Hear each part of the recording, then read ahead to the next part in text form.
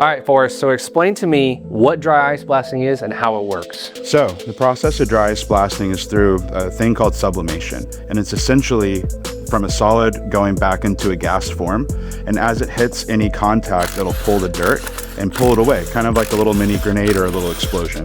But through the process of sublimation is how dry ice blasting essentially works.